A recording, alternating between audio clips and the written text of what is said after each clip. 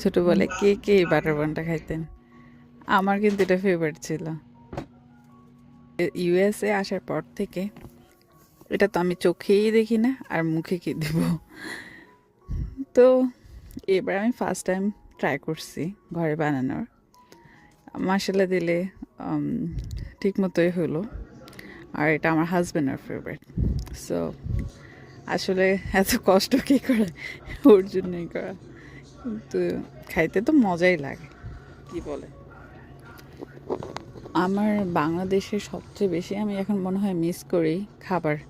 এখানের খাবার যতই হোক, বাঙালি খাবার হলেও আমার ওই বাংলাদেশের টেস্টটা আমার লাগে না। তাও আলহামদুলিল্লাহ অনেক কিছু আমরা এখানে পাই।